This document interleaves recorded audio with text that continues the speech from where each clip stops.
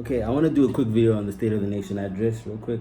And what fascinates me about last night's presentation is that the policy focus, or at least its philosophical position, is on this social compacts, and the social compacts framework, well, based on the way in which the narrative has been presented, is really focused on outlining the partnerships that are essential for the for the realization of many of the objectives that were presented. That's the first thing. The second thing is that that our president seems to have two policy goals that are running parallel. So in economic theory, the argument is growth and development are a chicken and egg problem. You cannot have growth without development. You cannot have development without growth, and he tries to balance this out because Peter Blanche once criticized the ANC government for moving from a development-oriented economic policy to a growth-oriented economic policy, and a growth-oriented economic policy basically it's premised upon something called trickle-down economics. And trickle-down economics means that something is from the higher end of the economy, and then you have that trickles down to everybody right at the bottom. So the challenge with that is that when you do that, it can be very distorted, because then it leans on the dominant sectors.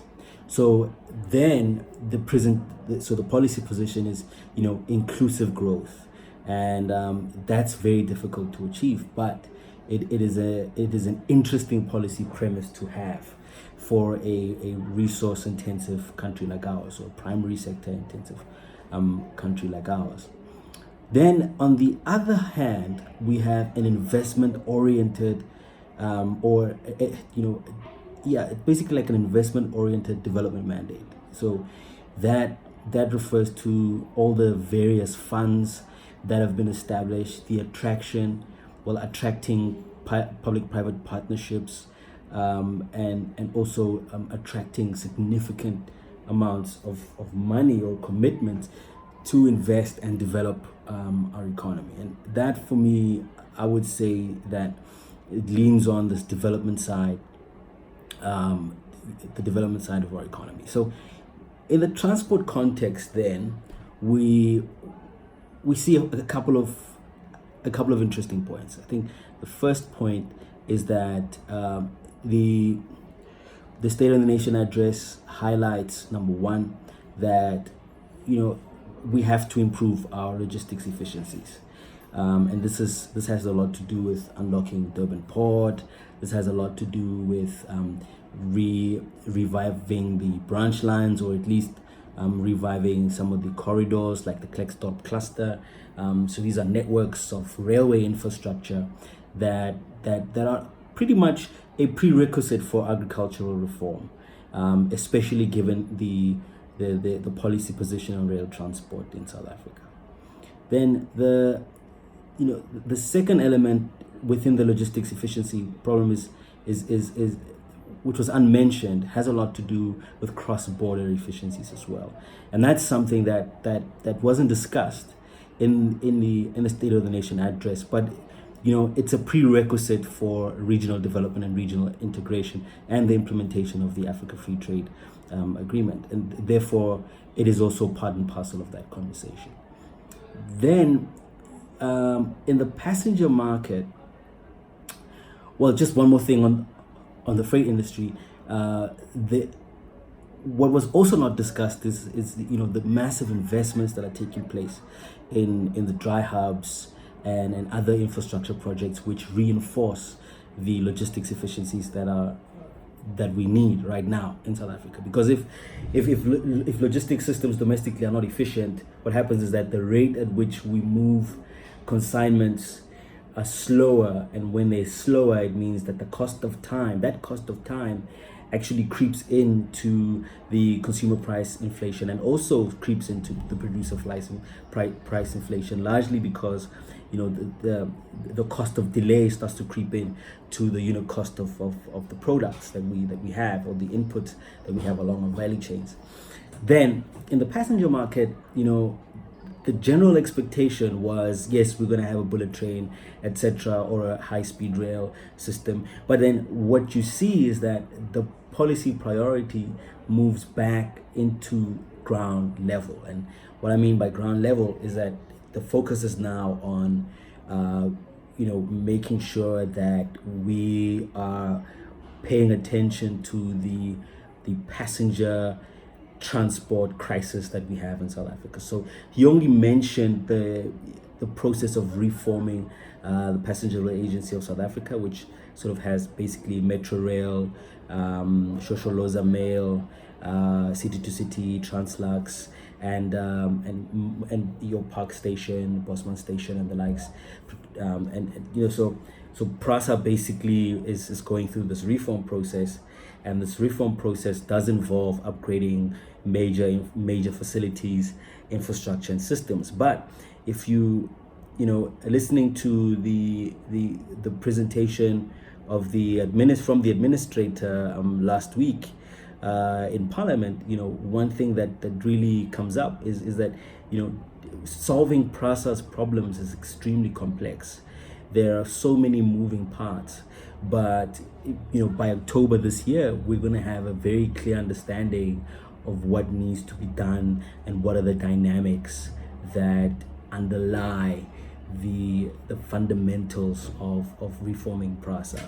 And we're literally stuck in somewhere between 1960 and 1990 in terms of the policy framework that's there, because the subsidies and guarantees that were inherently built within PRASA are still proliferated, and they're proliferated within the context of an artificial policy which was based on segregating people in terms of race. So that's moving blacks out of cities, and the premise for that was really enabled by municipalities at the time and their ability to afford the distance. So, and rail transport was essential for that, and we're basically trying to reverse engineer this.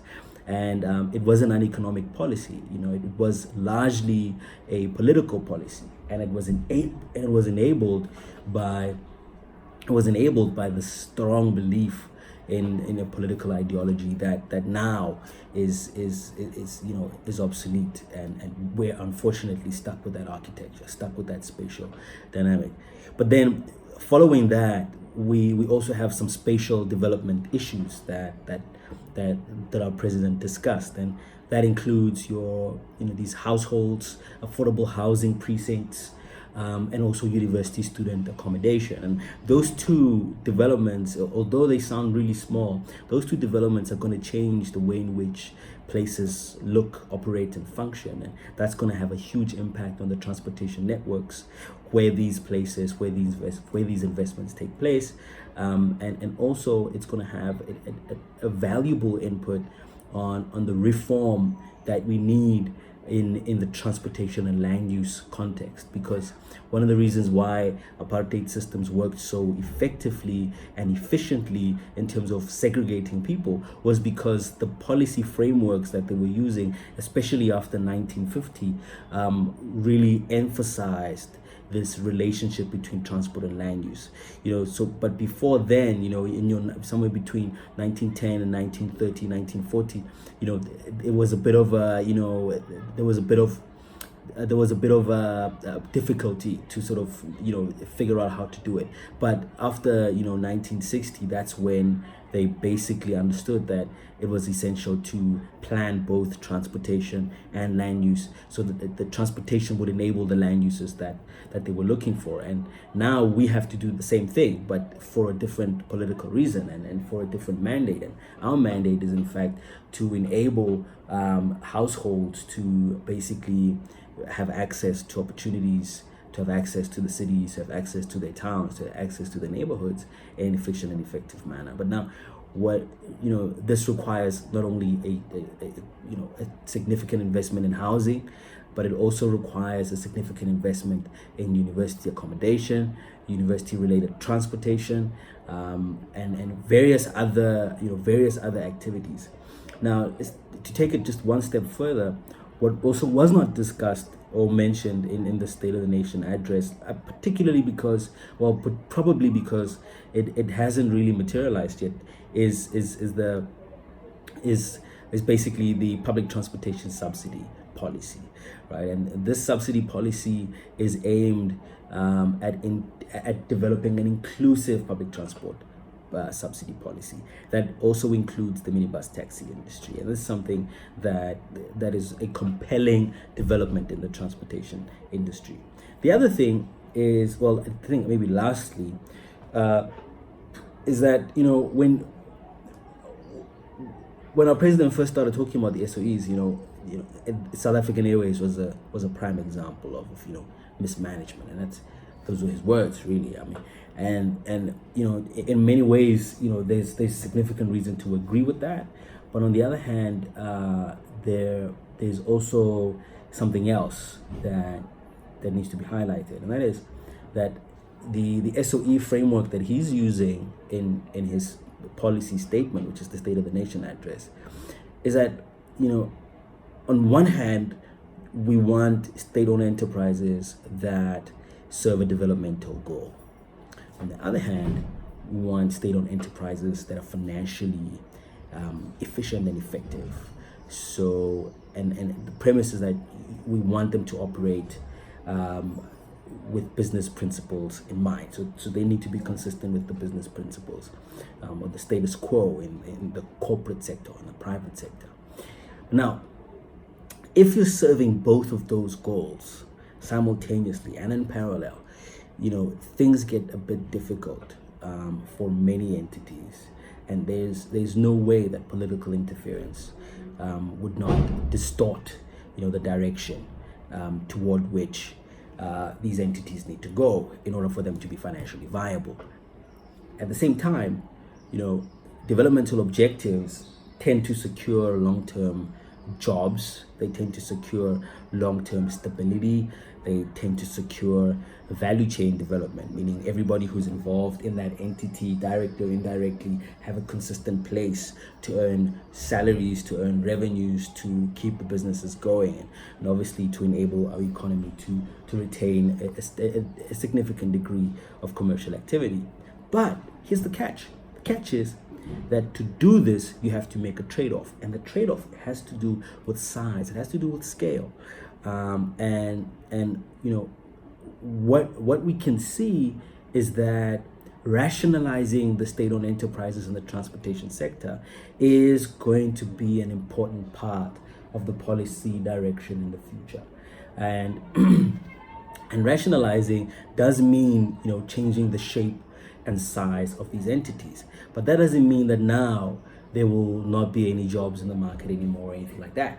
It actually means the opposite. It means that they want to deregulate certain sectors in order to open up the market to new entrants, and that's my interpretation of what is meant by rationalizing our state-owned enterprises. So if South African Airways is shrinking its scale, but still exists, but just shrinks its scale, what it's doing actually is it's opening room for other players to either grow into the market or new players to enter the market, which means that there's still going to be a job pool that is readily available.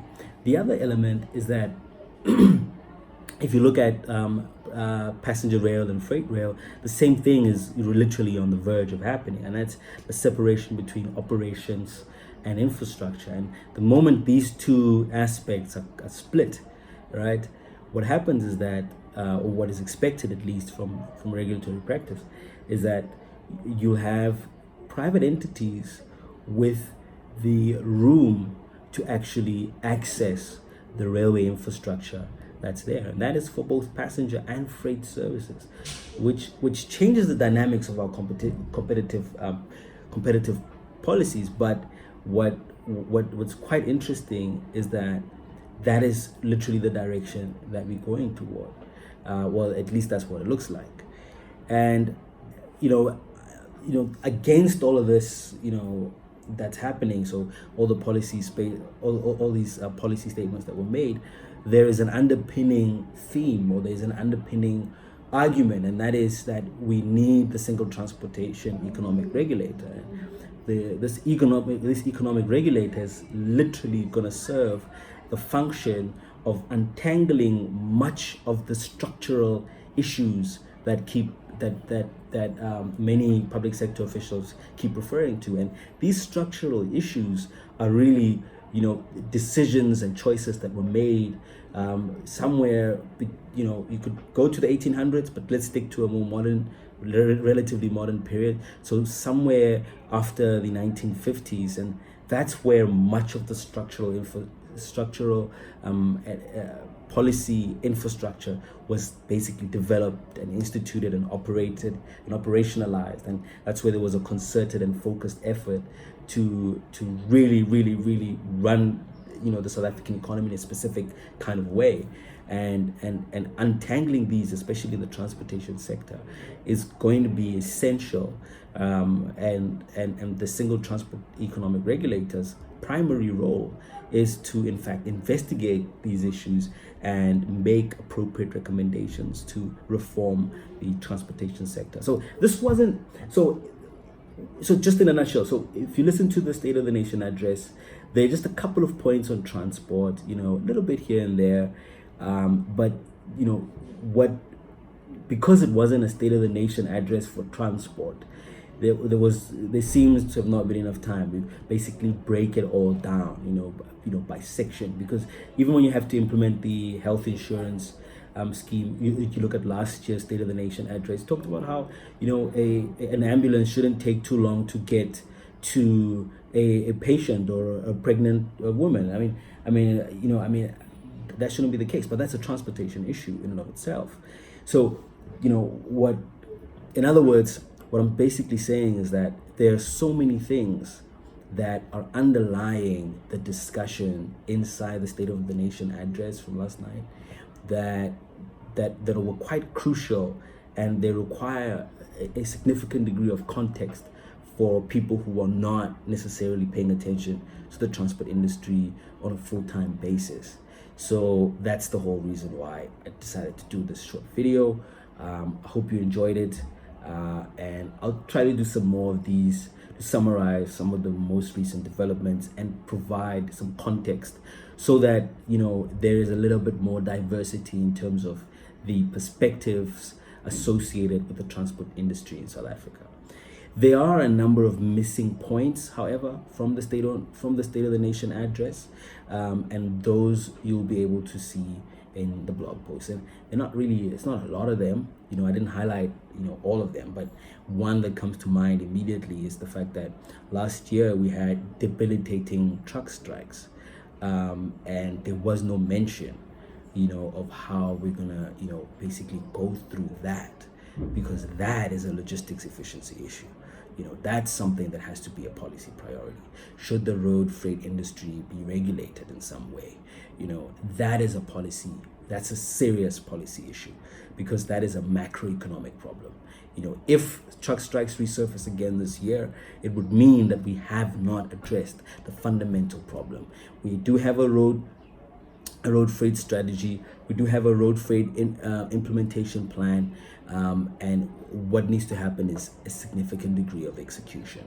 So that's one major point that I think it wasn't really addressed in the State of the Nation address, and I think it's a point that goes right to the hearts of many of the truck operators. And in the same breath, even the public transport subsidy itself, which was going to give confidence to the Taxi Council, the South African National Taxi Council, the National Taxi Alliance, and regional councils and taxi associations, needed the confidence, from our head of state to say, listen, you are a priority, and we're working just as much as we're working for